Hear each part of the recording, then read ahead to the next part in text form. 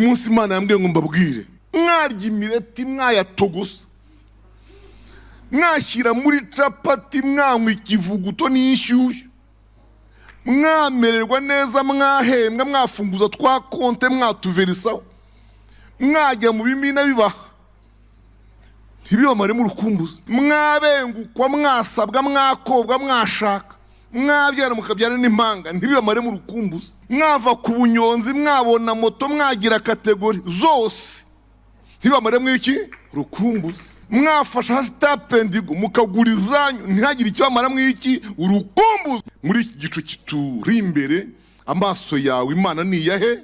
Gutobora igicu, amina, gupfumura umwijima, turebe ibyo twiringizwa niyo duhamagaye. Ayo matsiko Imana yaguhe bizatuma urugendo rwawe rukomera. Haleluya.